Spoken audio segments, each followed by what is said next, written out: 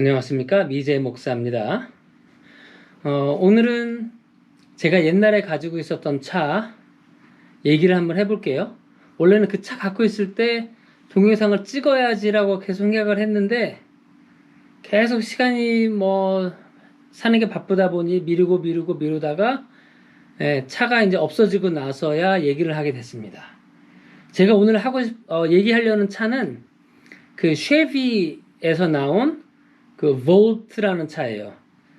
쉐비에서 나오는, 한국말로 쓰면 이제 볼트라는 차가 두 종류가 있는데, 하나는 그 B 쓰는 이제 BOLT 볼트가 있고, 그 다음에 V자 쓰는 볼트가 있는데, 제가 탔던 거는 이제 그 볼트예요.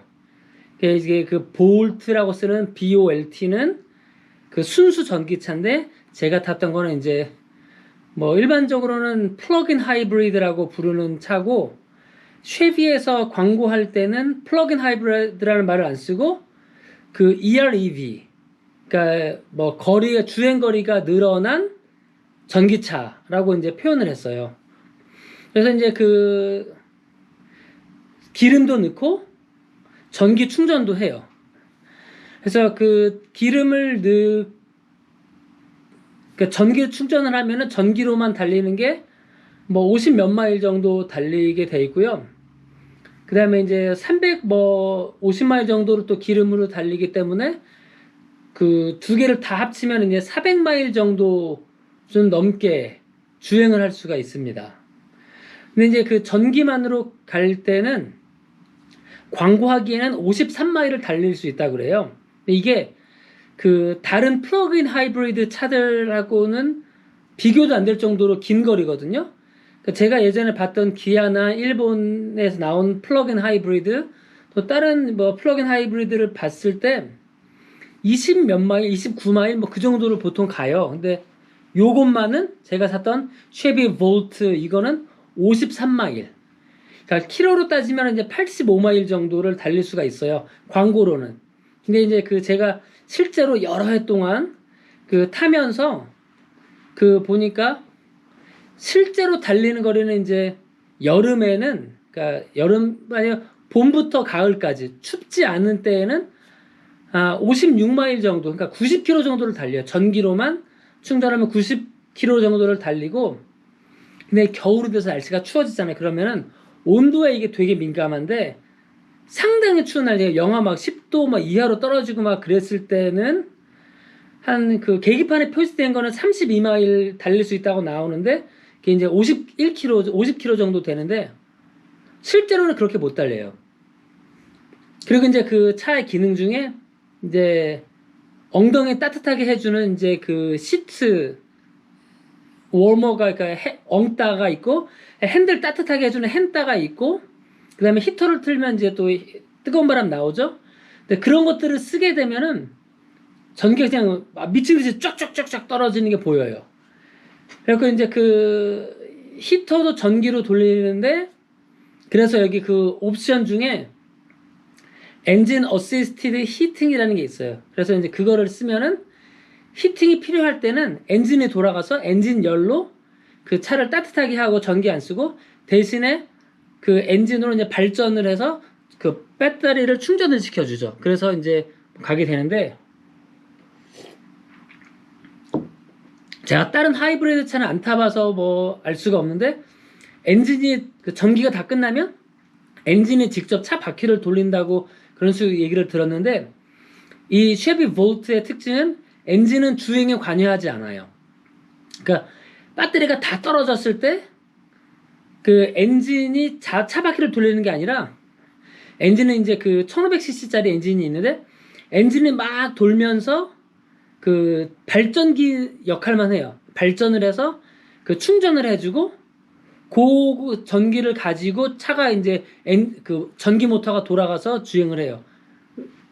근데 그게 사실인 것 같은 게, 전기가 다 떨어졌을 때 이제 엔진이 우웅 돌아가기 시작하는데, 그 제가 주행하는 거랑 상관없어요. 어떨 때는 이제 차가 이제 내가 이제 곧 멈춰야 돼서 그 악셀에서 발을 뗐는데도 그 엔진이 또 막 우왕 하고 돌아갈 때도 있고, 뭐 어떨 때는 제가 이제 그 가속하려고 악셀을 꾹 밟아서 차는 확 나가는데 엔진은 웅 돌다가 그냥 쑥 꺼져버리고 전기가 충분히 있으니까 뭐 그런 것들은 뭐 일상다반사로 있기 때문에 광고하는 대로 엔진이 가솔린 엔진이 주행에 관여하지는 않는 것 같아요.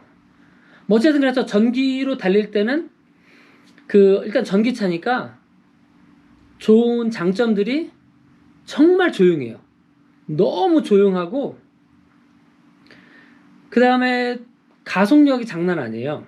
그러니까 제 느낌상으로는 제가 예전에 탔던 렉서스 뭐 ES 350이나 RX 450H 그런 것들하고 비교해서도 전혀 손색이 없거나 아니면 오히려 가속은 더 좋았을 수 있을 것 같아요. 근데 이게 그 전기 모터는 그 두 개가 있는데 111kW짜리가 있고 55kW짜리가 두 개가 있는데 이제 두 개가 이제 뭐 평상시에는 하나만 돌아가다가 이제 뭐 고속으로 갈 때는 이제 그 두 개가 맞물려서 돌아간다고 뭐 하더라고요. 그러니까 이게 돌아가면서 하우징 자체가 돌아가면서 그 안에 있는 전기 모터가 또 돌아가서 바퀴를 이제 그 고속으로 돌릴 수 있게 해준다고 하더라고요. 그러니까 모터 자체는 두 개가 있는데 센 모터는 아니죠. 왜냐면 이제 기아 EV6 같은 경우에 들어있는 전기 모터가 168kW짜리인데 이거는 111kW짜리가 하나 있고 그다음에 55kW짜리가 하나 따로 있으니까 전기 모터 자체가 아주 센 건 아니에요. 그리고 차는 뭐 좋다 그러면 좋고 나쁘다 그러면 나쁜 차인데